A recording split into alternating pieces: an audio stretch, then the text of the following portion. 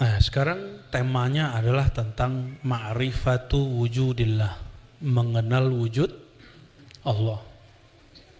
Jadi mengenal Allah itu dibagi tiga. Nih coba dicatat ya. Mengenal Allah itu dibagi tiga. Mengenal wujudnya, mengenal wujudnya.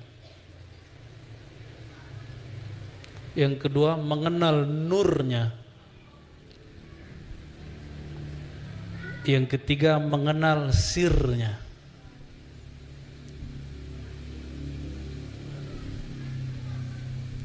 Yang boleh dibagi, jadi semenjak 2022,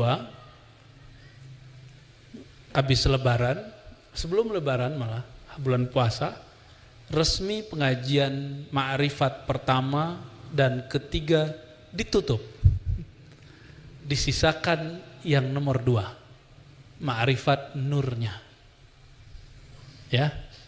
Jadi yang pertama saya sudah nggak buka lagi, nggak bahas lagi. Yang apalagi yang ketiga, ya, sir. Dan itu kurikulum para kekasih-kekasih Allah, kalau mereka ketemu, mereka selalu ngobrolin yang tiga itu, nggak keluar dari itu. Kita kalau seneng seseorang yang diomongin apa, Bang Dik? Cantiknya, baiknya, sifatnya, wujudnya, rahasianya, kebiasaannya. Karena kita sayang sama orang itu. Nah, kalau kita cinta kepada Allah, maka orang yang cinta kepada Allah itu yang dibicarain ya tiga itu aja tuh. Wujudnya, wujud itu kaitannya dengan zat.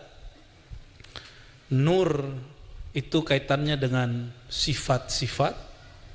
Dan yang terakhir itu ma'rifat, gabungan dari beberapa ma'rifat sir yang ada di dalam ruh kita. Dia punya suatu library yang disebut sir. Sir itu punya, kalau di library, di perpustakaan ada rak-rak gitu ya. Ini rak ma'rifatul zat, ma'rifatul sifat apa. Jadi obrolannya itu semua. Namun karena pandemi sudah berakhir, ilmu itu ditutup dulu sementara. Ya. Karena setiap kali saya mau bicara itu juga nggak bisa bicara. Tiba-tiba kali aja kemana gitu. Jadi hati itu nggak mau, dia nggak ridho. Nah, yang diizinkan nomor 2, karena nomor 2 itu An-Nur itu sudah ada sebagian pembahasannya di ilmu akidah dan mendalam di kalangan ahli tasawuf yang kitab-kitabnya sudah berkembang. Salah satunya kitab Ibnu Athaillah, ya. Apa kata Imam Athaillah? Mimma yadulluka, di antara yang menunjukkan, dalil yang menunjukkan engkau terhadap wujud kehebatan Allah, wujudi qahrihi ta'ala. Jadi betapa hebatnya Allah, gitu maksudnya. Engkau terhalang menyadari wujudnya dengan sesuatu yang wujud yang menghalangi itu tidak ada di sisi Allah. Nyambung nggak? Ulangi ya, ulangi. Sebenarnya beberapa hal harus pakai whiteboard, cuma saya lagi malas aja pakai whiteboard. Allah wujud nggak? Dulu Allah sendiri apa sudah ada makhluk? Sekarang Allah masih sendiri nggak? Oke. Allah masih esa nggak sekarang? Betul nih. Antum ada kan? Kita wujud nggak? Kita wujud. Allah wujud. Apa bedanya? Dia benar-benar wujud dengan zatnya sendiri, sedangkan kita diwujudkan oleh selain diri kita. Maka dibagi 2 wujud. Nah, ini buat peta di pikirannya. Nanti lain kali bawa note ya. Bawa note. Ada wujud wajibul wujud yang dia wujud dengan zatnya sendiri. Ada yang wujud bi ghairihi, bukan dengan zatnya tapi dia diwujudkan oleh yang lain. Nah, kita wujud sendiri atau diwujudkan oleh yang lain? Langit, malaikat, aras. Jadi nggak usah debat Allah di aras apa bukan. Kenapa? Aras itu diwujudkan, berarti tadinya ada nggak? Terus kenapa orang debat Allah bertempat di aras atau bukan? Itu perdebatan kurang level. Kita sekarang nggak debat begitu lagi, bro. Ya, kenapa? Kita sepakat bahwa aras itu ciptaan Allah, betul? Dan Allah tidak mungkin menempel pada sesuatu yang menjadi ciptaan Dia. Allah tidak ada bersama yang Dia ciptakan. Nah, jadi aras itu ada nggak? Tapi Dia ada. Kan? Nah, maka ada wujud yang mutlak yaitu zat Allah. Ada wujud yang tidak mutlak, yang wujud yang dibuat. Nah, dari sisi kemutlakan Allah, selain Allah dianggap ada atau tiada? Dari sisi Allah. Dari sisi Allah, Bang Dik ini ada nggak? Ada. Syirik. La ilaha illallah wahdahu la syarikalah. Tiada yang Tuhan yang berhak disembah kecuali Allah, yang tiada sekutu yang wujud bersamanya. Bang Dik ada nggak di sisi Allah?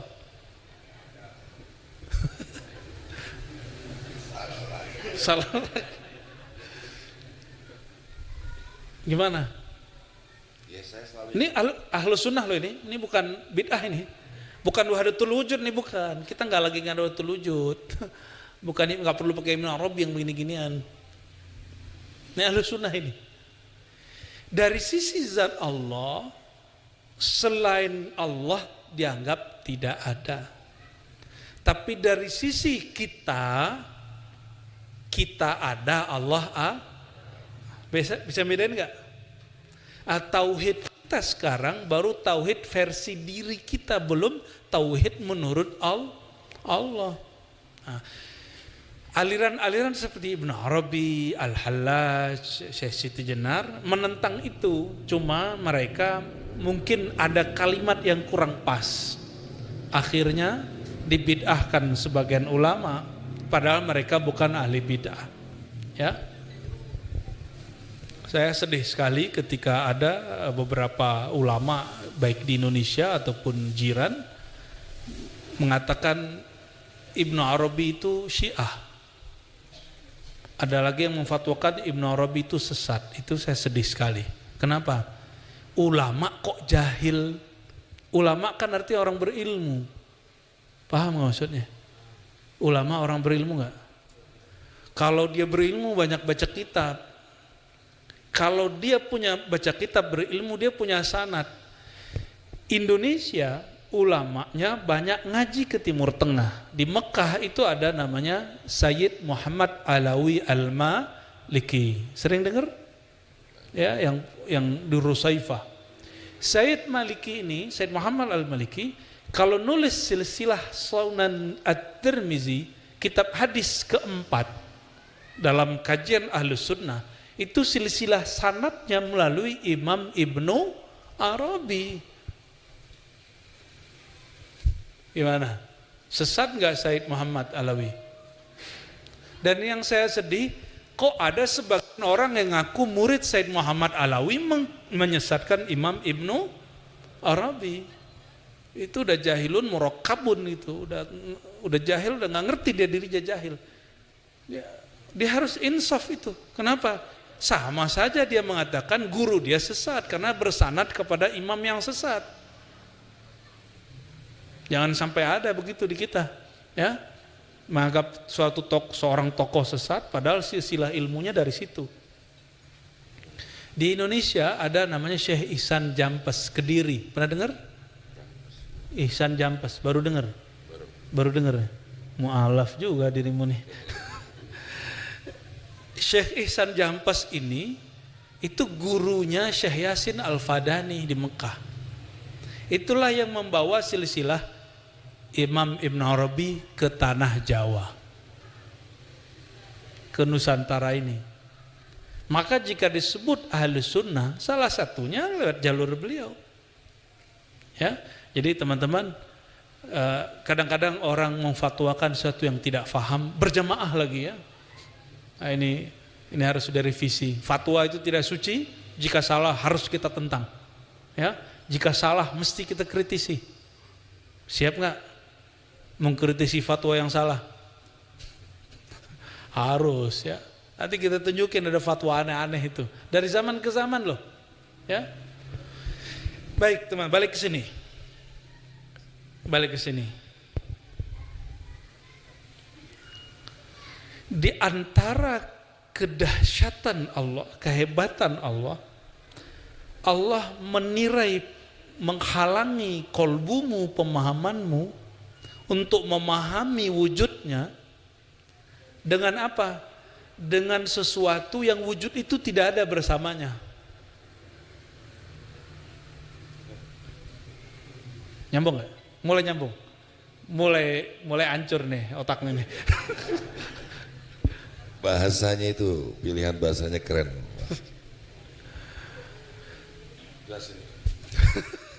Aras itu makhluk. Kursiul wasi'u kursiyuhus samawati wal ard. Maha luas kursi Allah. Langit makhluk. Oke, surga makhluk.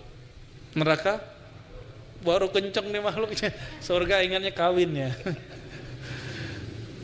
Itu semua makhluk dan orang terhalang untuk menembus kesadarannya bertuhan karena si makhluk-makhluk itu. Maka di kalangan ulama kita ada dua aliran, ada ahli kalam, ahli akidah, ada ahli ma'rifat. Kalau ahli kalam membuktikan wujud Allah dengan alam, dengan adanya, apa buktinya ada Allah? Alam ini ada, pasti ada yang mencipta. Siapa yang mencipta itu? Dialah Allah Subhanahu. Ini teori siapa? Ahli kalam, ahli akidah. Atau pakai ayat, Qul huwallahu ahad, wa la in sa'altahum man khalaqas samawati wal ard la yaqulunna Allah. Jika engkau bertanya kepada mereka, ya, siapakah pencipta langit dan bumi? Mereka akan menjawab Allah. Ya, itu ada di Quran beberapa kali. Oke. Jadi ahli kalam, ahli tauhid, ahli akidah yang kita sebut imam ahlu sunnah, mau singa aswaja, mau harimau aswaja, apalagi jangan sampai ada monyet aswaja, ya singa mau boleh, tapi jangan ngaum mulu, yang nggak pantas dicakar jangan dicakar. Ini kadang teman sendiri dicakar, karena dia hidup hanya untuk berdebat, bukan untuk mengenal Allah yang dia perdebatkan. Nah, ada kelompok kedua, ini Ibnu Taimiyah sendiri yang mengatakan, orang yang mengenal Allah tidak perlu dengan wujud alam, yang alam ini tidak ada bersama Allah. Aras alam, langit alam, gunung alam, matahari alam. Kalau kelompok pertama tadi, gimana cara membuktikan wujud Allah? Lihatlah langit, bumi, matahari, semuanya ada karena diadakan Allah. Ini ilmuwan ahli kalam. Kalau ahlu sunnah yang ahli ma'rifat gimana ngomongnya? Kata Ibnu Taimiyah, kenapa engkau membuktikan wujud Allah dengan sesuatu yang tidak ada wujudnya bersama Allah? Alam ini dia tidak pernah menyekutui wujud Allah, tidak pernah membersamai wujud Allah, karena Allah dulu sendiri, sekarang tetap sendiri, sampai nanti sendiri. Dia dulu Esa, sekarang Esa, sampai nanti Esa. Maka cara mewujudkan Allah gimana? Cara membuktikan wujud Allah gimana? Buktikan wujud Allah itu dengan wujud dia sendiri, dengan sifat dia sendiri. Gimana caranya Bang Dik? Dia lagi mikir. Buktikan Allah itu ada dengan sifat wujud Allah itu sendiri. Gimana? Tubuh ini, oke, ada rambut di situ, betul? Rambut ini tumbuh nggak? Bang Dik pernah nggak menumbuhkan rambut? Nggak pernah. Nah, ini mengenal sifat Allah ini macam-macam. Ambil satu sifat saja, muhyi dan mumit. Allah yang maha menghidupkan dan mematikan. Bukti Allah itu ada, bukan saya yang menciptakan diri saya sendiri, bahwa sifat hayat dia, sifat dia menghidupkan, mematikan, nyata pada diriku. Bahwa rambut ini tidak pernah aku tumbuhkan, dialah yang menumbuhkan. Dan rambut ini tumbuh karena keberkahan daripada hembusan sifat hayatnya. Selesai. Gimana Bang Dik? Sesat nggak tuh? Jadi kita nggak perlu kemudian melihat matahari kejauhan. Ya, rasakan efek sifat Allah itu pada diri kita sendiri. Rasakan efek perbuatan Allah itu pada diri kita sendiri. Itu level 1. Baru level 1 tuh. Ya, baru level 1 ya, baru di sifat-sifat yang standar lah dikenali orang. Kalau ahlullah mereka lebih kepada yang lanjutannya lagi, ya zauq, dengan rasa. Ya. Kira-kira maka Imam Ibnu Abbad, ya, apa kata beliau? Ini salah satu Imam Syazili, ya. Annama siwallah, ini kesepakatan ahli ma'rifat dari kalangan ahli sunnah.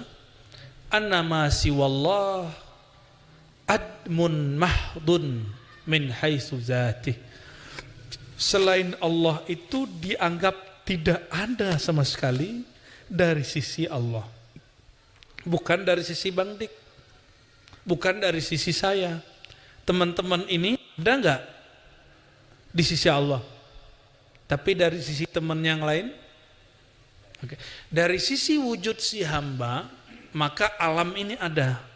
Tapi dari sisi wujud Allah, alam ini tiada. Saya mau tanya, setelah Allah menciptakan alam, Allah berdua enggak dengan alam? Ini pertanyaan jebakan. Allah dulu sendiri, benar? Lalu Allah menciptakan alam. Allah jadi berdua enggak? Tetap sendiri? Antum sahih akidahnya, ya. Nanti kalau ditanya sama malaikat mungkar nakir, man rabbuka, jawabnya kenceng itu, ya. Allahnya kenceng itu, kaget nanti malaikat mungkar nakir. Insya Allah.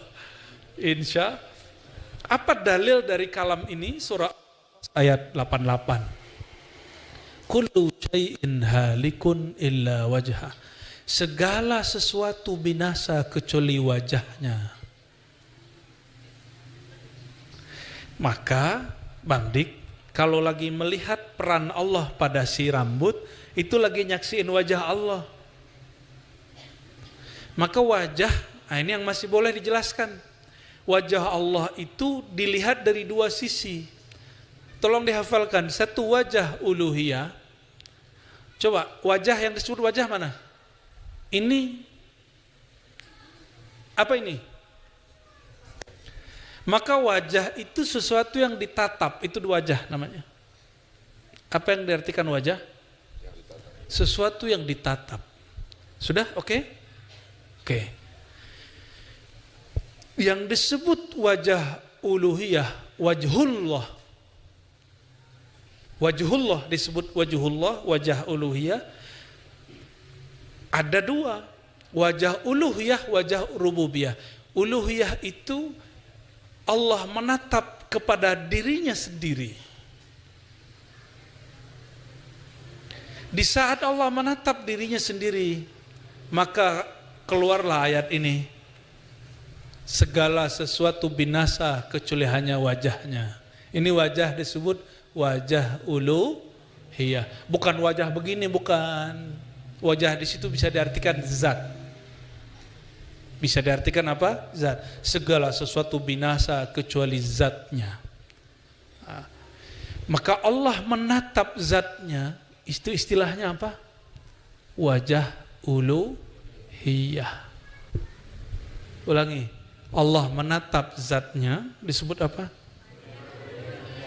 Karena Allah menatap zatnya, maka yang lain selain dia binasa. Paham? Oke. Ketika Bang Dik melihat rambut yang tumbuh, ya, tubuhnya bukan tumbuh tapi maju ya, perutnya. Ada kemajuan perut. Jadi tubuh kita bukan lagi naik tapi mengembang, ya. Betul ya? Tapi kuku kalau dipotong tetap aja tumbuh terus kan? Maka di saat kita menatap, ini bukan aku yang menumbuhkan, ini Allah yang menumbuhkan. Kita sedang menatap salah satu sisi dari wajah Allah, tapi bukan wajah uluhiyah. Karena sudah ada tubuh ini, sudah ada rambut. Apa itu? Wajah, sifat dan perbuatannya, yaitu Al-Muhyi wal Mumit, yang maha menghidupkan, yang maha mematikan. Jadi yang disaksikan tetap Allah. Ahli kalam memandang tubuh, dia terhijab oleh tubuh ini. Tapi ahli marifat lihat tubuh, bukan tubuh yang terlihat, perbuatan Allah yang terlihat, sifat Allah yang terlihat. Yang dipandang sama, tapi cara pandang berbeda. Sama-sama ngeliatin Bang Dik. Kalau saya ngeliatin Bang Dik kayak abangku, tapi kalau mas-mas ngeliat Bang Dik apa? Apa artis gitu ya? Orang gendut gitu ya? Kalau mbak-mbak apa nih? Aku rela yang jadi yang ketiga, yang keempat gitu ya. Mohon maaf, canda. Allahumma salli ala Muhammad wa ala alihi wasallam. Enggak berat toh pengajian malam ini? Berat. Ini yang masih boleh di sharing. Yang boleh ini kita ulang terus biar rohani kita bahagia. Ya. Ciri-ciri cinta kepada Allah, duduk ngapain? Ngomongin Allah. Ya. Ngomongin Allah, nggak ngomongin apa-apa. Ya sesekali ngomongin yang lain. Ahlullah itu kemana aja dia duduk dia ngomongin Allah. Ya.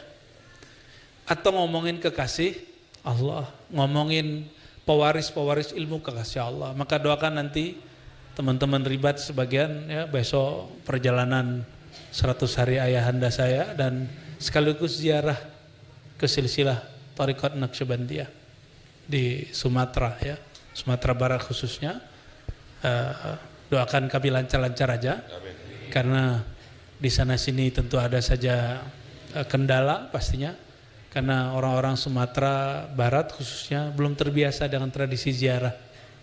Gak kayak orang Jawa, orang Banten, orang Sunda itu dengan ziarah itu udah biasa. Seneng kalau mbahnya, gurunya diziarahi. Kalau ini malah enggak, kita ziarahin malah dihalangin kadang sama anaknya, keturunannya. Itu kita juga bingung. Loh kita mau menziarahi ulama kita yang merupakan kakek dia, ya mungkin atuk dia, tapi dia malah kemudian menghalang. Kita juga heran ya. Tapi nggak ada masalah. Ya, nggak ada masalah bagi saya. Ini bagian dari perjuangan. Ya, doain teman-teman kita besok lancar semua. Amin ya rabbal alamin. Nah, jadi kalau kekasih Allah apa yang diceritakan? Menceritakan Allah. Kalau kekasih duit yang diceritain duit gimana cari duit. Kalau kekasih manusia yang diceritakan ya si manusia itu.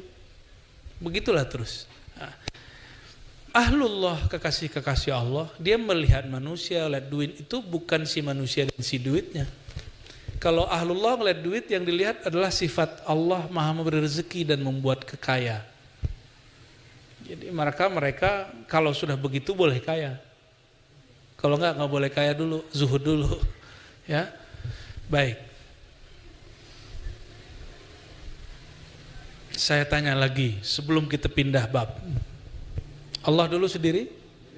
Setelah menciptakan alam, Allah menjadi sendiri atau menjadi dua? Betul nih? Serius nih? Ya, benar. Ya. Maka hubungan kita dengan Allah itu ada dua. Ini yang kita ulang, mungkin saya ngulangnya udah puluhan kali. Surat Sad ayat 27, surat Sad 72 ya. Surah Al-Hijr ayat 27 ya. Bahwa Allah itu hubungannya dengan kita dua. Aku menciptakan manusia dari tanah, lalu setelah sempurna si tanah itu wadahnya, aku hembuskan rohku, yaitu Ruhullah Ahmad. Maka untuk mendekat kepada Allah ada dua jalur, satu penciptaan, satu hembusan. Ilmu penciptaan itu jalurnya menjalankan syariat. Sedangkan hembusan Allah, hembusan Ruhullah itu dengan makrifat. Gitu ya. Emang malam ini agak sedikit berat ini. Jadi kita kalau ke Allah gimana cara hubungannya? Satu, hubungan hamba yang dicipta dengan pencipta, hubungannya menjalankan apa? Syariat. Tapi jangan berhenti di situ. Berhenti di situ ibadah terasa beban. Cuma kalau antum nggak mau naik ke yang kedua nggak apa-apa, kita nggak maksa juga. Tapi jangan ingkari ilmu ma'rifat, cukup uskut, tadri. Kalau nggak paham diam, jangan ingkar supaya tidak diharamkan Allah mendapatkan rahasia ini. Gitu. Yang kedua, ma'rifat. Jadi yang pertama bersyariat, yang kedua berma'rifat. Oleh karena itu hamba yang disebut al-insan al-kamil, dia mesti bersyariat, dia mesti berma'rifat. Kalau kurang ma'rifatnya, berarti dia menyembah, tidak tahu yang dia sembah kecuali hanya sebatas zat yang nyuruh-nyuruh, yang ngancam dengan neraka, yang ngasih iming-iming dengan surga. Itu hubungan penciptaan. Jadi kalau nyembah Allah itu hubungannya cuma hubungan penciptaan, ibadah antum nanti jadi hambar. Tapi kalau menyembah Allah dengan ma'rifat, muncullah cinta. Muncullah rasa cinta. Itu bedanya ya. Nah, kita dua paket ma'rifat ini kita ajarkan. Dua paket jalan ini, jalan yang pertama, jalan yang kedua, dua-duanya diribat insya Allah diajarkan. Kita nggak satu-satu, ya. Insya Allah. Ada sebuah hadis di Sahih Bukhari, Nabi mendendangkan syair yang didendangkan orang. Ini Nabi ini suka juga dengan syair. Ada seorang penyair namanya Labid. Nabi lagi kerja bakti, Bang Dik. Nabi ini suka kerja bakti. Lagi kerja bakti, Nabi mendendangkan, ya. Asdaqu kalimatin qalaha syair ala kullu ma khalallahu batil. Apa kata Nabi? Ya kalau didendangkan kira-kira terjemahannya, seindah-indah kalimat yang dinyanyikan, didendangkan oleh seorang penyair seniman adalah segala sesuatu selain Allah tiada. Jadi ajaran tentang bahwa Allah itu hanya sendiri dan selalu sendiri, itu ajaran langsung dari Quran dan Sunnah. Siapa yang meyakini dirinya ada bersama Allah, syirik. Yang meyakini surga neraka ada bersama Allah, dia syirik. Karena surga neraka itu makhluk, Allah itu khalik. Tapi kalau dia mengatakan surga neraka ada, diadakan oleh Allah, baru akidah dia benar. Oke. Seandainya surga neraka tidak Allah ciptakan, jangan begini Bang Dik, kalau Bang Dik ngomong seandainya surga neraka nggak ada, nanti sama kelompok saklek dibilang Bang Dik kafir. Loh, surga neraka ada, ente kok tolak? Robiah Adawiyah nggak ngomong begitu. Robiah Adawiyah mengatakan seandainya Allah tidak menciptakan surga, tidak menciptakan neraka, apakah engkau masih mau menyembahnya? Nah, kalau bab penciptaan, menyembah Allah karena diancam, menyembah Allah karena harap pahala, boleh nggak? Boleh. Tapi itu baru tauhid khalqiyah, tauhid penciptaan, atau tauhid rububiyah. Belum sampai kepada tauhid zat, mentauhidkan zat Allah Subhanahu wa ta'ala. Seandainya Allah tidak ciptakan surga dan tidak ada namanya bidadari, Bang Dik masih mau sholat tahajud nggak? Jadi Sufyan Ats-Tsauri, dia pernah tertidur dari tahajudnya. Ketika bangun udah subuh, itu bangun dia nangis karena dalam tidurnya dia bertemu sosok bidadari. Yang bidadari itu dikalamkan waktu dia masuk ke alam surgawi di mimpinya. Inilah istrimu, begitu. Langsung dia mau peluk karena bidadari kan cantik bener Bang Dik. Nggak ada apa-apanya, mohon maaf dengan ya perempuan di dunia. Ya. Lalu ketika dia mau peluk istrinya di surga, sang istri ngomong gini, maaf Mas Sauri. Maaf kenapa? Maharmu ketinggalan. Loh, maharnya apa? Biasanya engkau kirim mahar malam ini, yaitu tahajud, tapi engkau tertidur. Bangun dia nangis. Semenjak saat itu dia gak pernah tidur lagi malam hari sampai mati. Imam Sufyan Ats-Tsauri. Kira-kira gimana tuh nasib kita tuh? Bidadari itu kalau meludah di muka bumi, seluruh permukaan bumi harum bau kasturi. Kalau Bang Dik ngeluarin air ludah, bau jigong Bang Dik. Beda sama bidadari. Tapi bidadari itu nggak pernah sholat, sedangkan istri Bang Dik sholat. Pilih mana Bang Dik? Istri atau bidadari? Istri di dunia atau bidadari? Pilih loh, dua-duanya, tamak ente. Bidadari gak pernah sholat dan gak pernah haid. Istri Bang Dik haid kan? Tapi dia sholat. Gimana tuh? Pilih mana? Pilih salah satu. Ini disiarin gak nih? Jawab dong. Ya kan, untuk menemukan bidadari yang cantiknya, tidak terbasuh air wudhu itu, bagaimana sikapku di dunia ini menyintai istriku dengan baik-baiknya gitu. Semoga didengar istrinya ya. Kan salah lagi. Salah pula. Taib. Jadi teman-teman semua gak usah terlalu nafsu dengan surga. Masuk surga itu gak pakai nafsu, tapi pakai rahmat Allah. Benar toh dalilnya sahih gak nih? Kamu gak masuk surga dengan amalmu, karena kamu pasti nafsu dengan amalmu. Ya. Masuk surga itu dengan rahmat Allah. Rahmat Allah itu jeroannya Nabi Muhammad SAW. Batinnya Nabi Muhammad itu rahmatullah. Benar gak?